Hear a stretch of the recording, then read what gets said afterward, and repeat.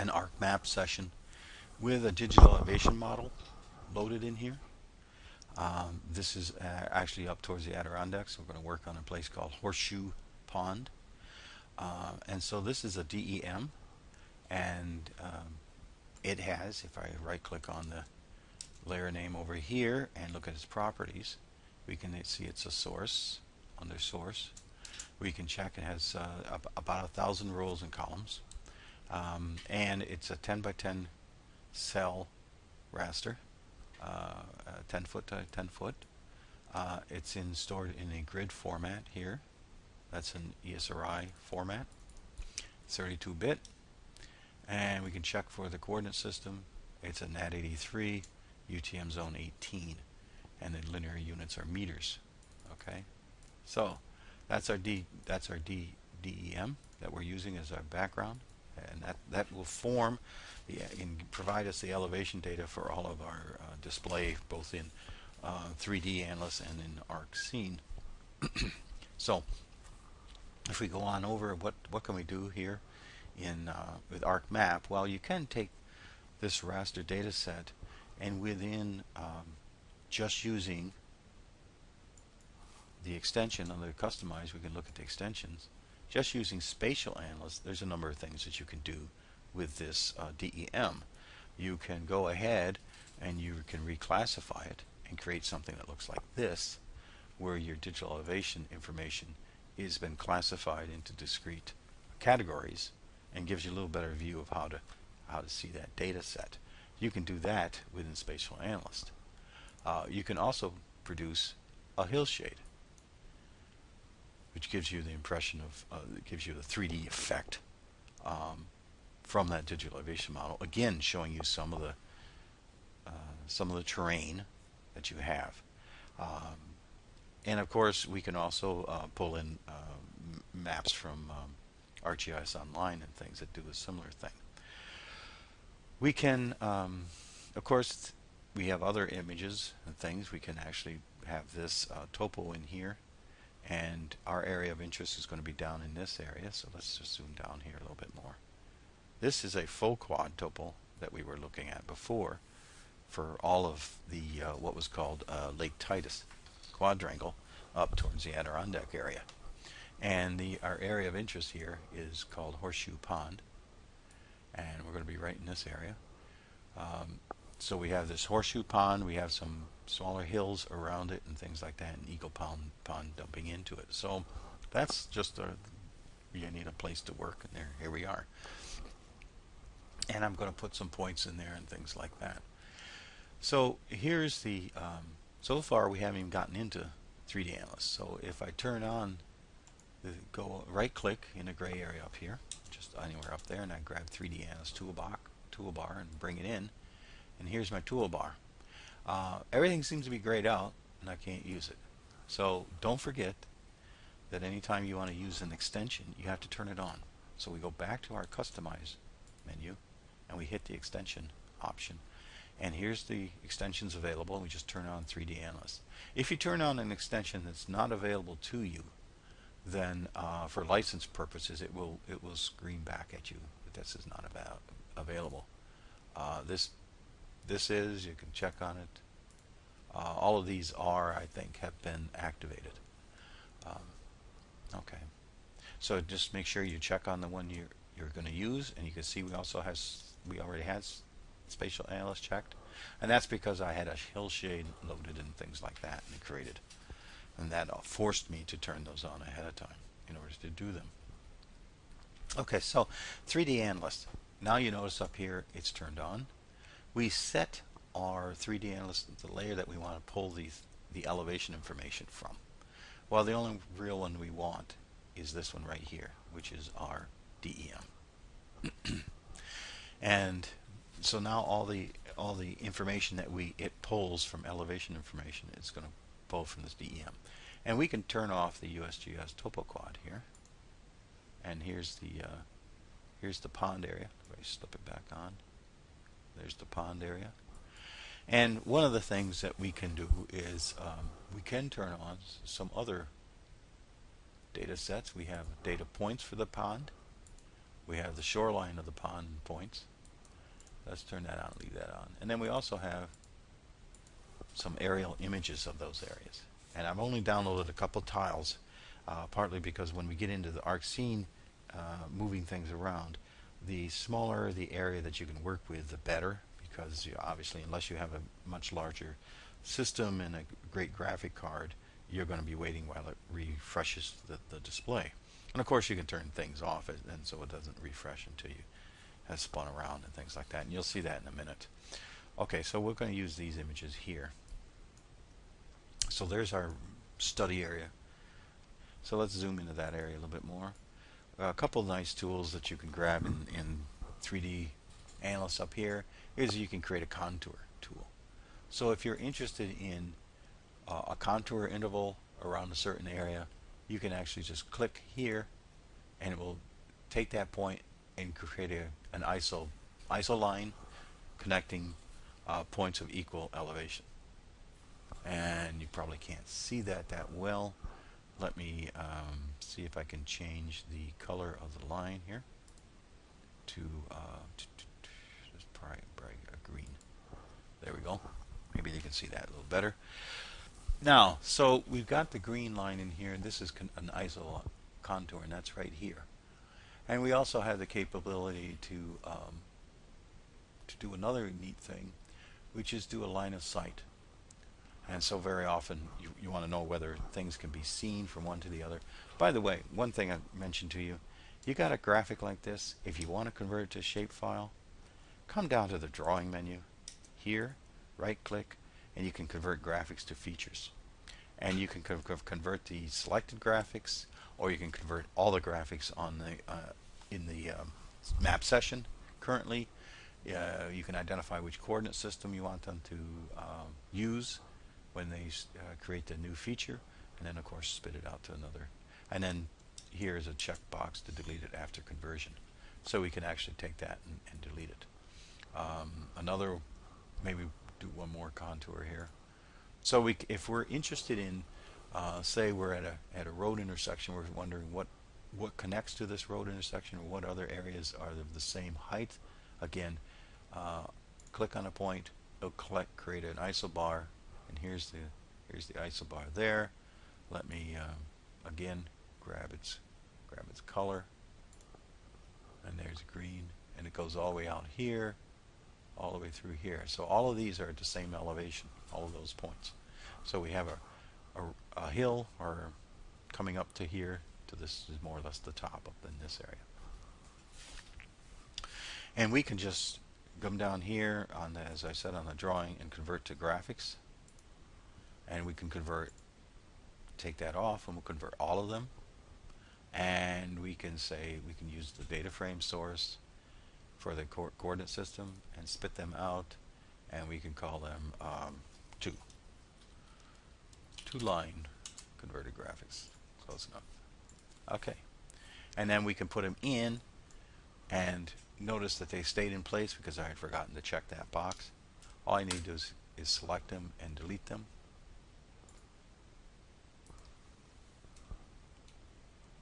And select them and delete them. And then turn them on here, and they come back. And so now they're a regular feature. If you open the attribute table, they have a shape, they have a name, which is basically the elevation information that it pulled from the digital elevation model. So the first one we created, the second one, is at 450 meters, and the first created was 467 meters, and these are meters. The elevational information is in meters. So that's one of the neat features here, is to be able to create contours. Of course, that may not be the easiest way if you're going to create contours for the whole quadrangle. There are tools in 3D Analyst that would allow you to contour the whole thing. So we could contour the whole area. Again, take the DEM, spits it out to another file.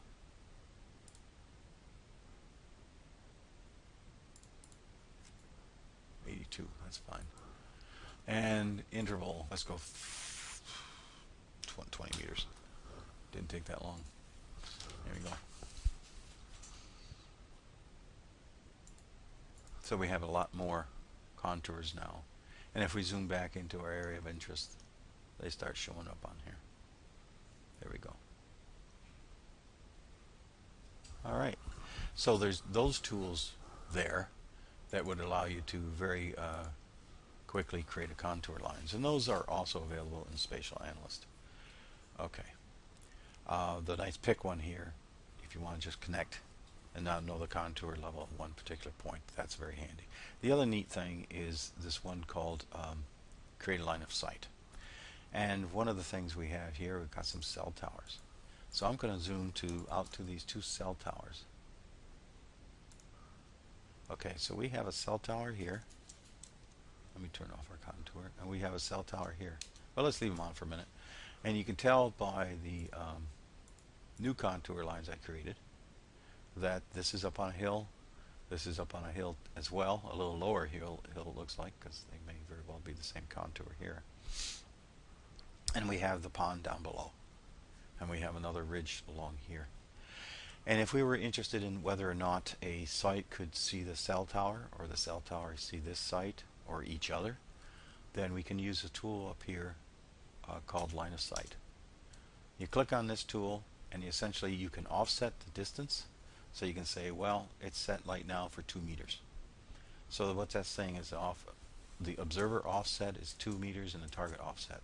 Basically, 2 people, approximately 6 foot high, standing on the at the cell towers, could they see each other? And so if you use those, and you can adjust them as you want, then you click on the one site, draw the line to the other site. It uses the DEM that you have set up here in 3D Analyst, up here, and it creates a line of sight for you. And the areas in green are the areas that that are visible to you from this position, and the areas in red are those that are not. And then what you do is you can come over here to this tool and you can get a profile graph of that area. And here's the graph. Let's see if I can put it way up here. There you go. There's the graph. And you can see that as we start out at this location here, we see right near us, and then there's a slight drop in the hill and blocks all of this down to here. So all of that is hidden from our view. We see this a little bit, and then we hit another ridge point, and we lose this area as well. And the same thing here, and the same thing here. Okay. Now obviously this is directional. It's from here to here, because if this line, because if it was going the other way, it's going to be different. This point is obviously going to see these areas and this area along here, and probably almost all the way down to about here. So let's check that. So here you have one profile. I don't think we can have more than one profile at a time. Let me look and see here. We're going to try it. Let's see what happens. See if the old profile will stay up there. Okay. So let's try another line of sight. This time we're going to go from here, also 2 by 2. We're going to go from this base to that base. All right. And then we're going to ask for another profile. It may be, by the way, it overwrites this. So just keep this in mind that we had large blockage here, small and small. So let's try that. Profile graph. Oh, no. Beautiful. We get both side by side.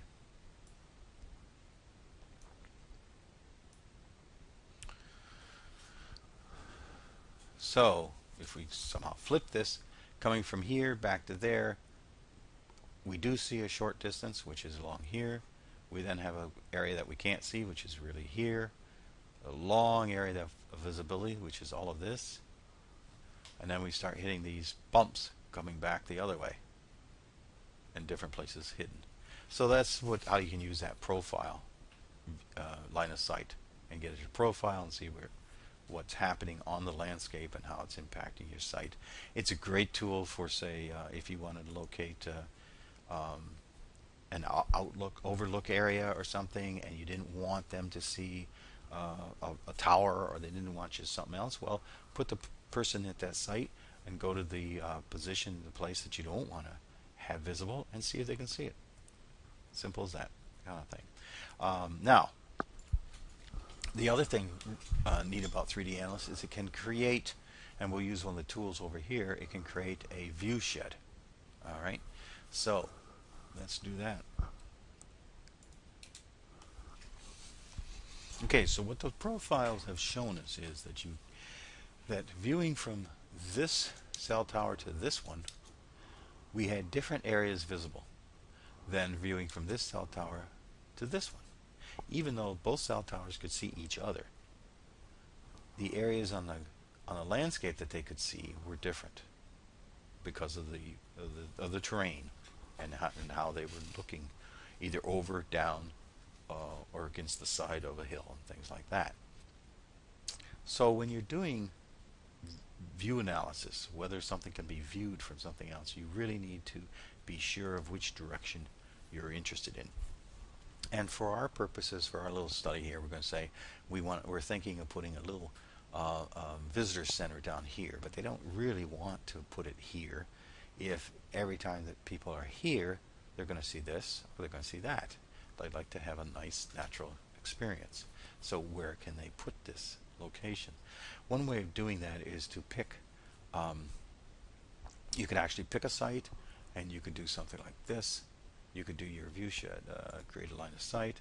You say from here, just say here, will they see that? And you can see this is all hidden and it's not. So that's one way of doing it. And then you can do here and say, what can I see up here? Okay, it's not going to see that, but he might see this. It doesn't really look like it, but he might. So you may want to think about, okay, maybe we don't put it there. What happens if we put it here? And so forth. Now there, he's not seeing anything. And you say, well, geez, here, there, you would think. But there's some ridges and things blocking this. So you might say, this is a better spot. Now you can go about doing that all you want. The other option is you place a point there. And you create what's called a view shed. So let's do that. And actually, excuse me, maybe we could use this one, interpolated point. Let's just grab this tool right here. We're going to grab that tool up here, interpolated point. And where did I put it? Right about here, I think. Let's say this is a better location. And we put our site there. And we say we're going to build our little natural area, natural center right there, nature center there. And then we can come down to our drawing tool and we can say convert graphics to features.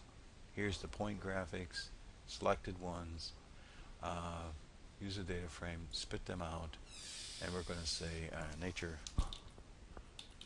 center for now. Put it there, and then we'll delete it afterwards. Okay, so now we have our nature center sitting right there. What we can do with 3D Analyst is under the visibility toolbox in the Arc toolbox. Under there, we can create a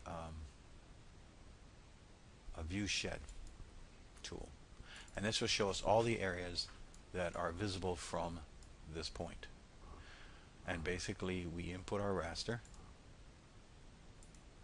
we input our point or observer location, and then we create a view shed output. And you can offset distance from the ground and so forth. We're just going to skip that for now and get moving a little bit faster here. And this is our view shed here. And let's call this Nature Center View Shed. We make a fairly short name. Okay, and put it in there. And what does that look like? When it comes back out, it's going to be right here. It is a raster, and there it is. It's a raster data set, and here's the view shed. So this area, everything that's visible is shown in green. So this is not visible, and this is not visible. So it's an excellent place to put that nature center. It's not, but neither of these towers are visible, at least at the ground level. Now, if they're higher up here, then you might have to do some analysis there and take that into effect, the height, and whether the height would be visible, and so forth. Okay, so that's some of the things you can do with 3D Analyst. Now the next thing I want to show is this one called ArcScene.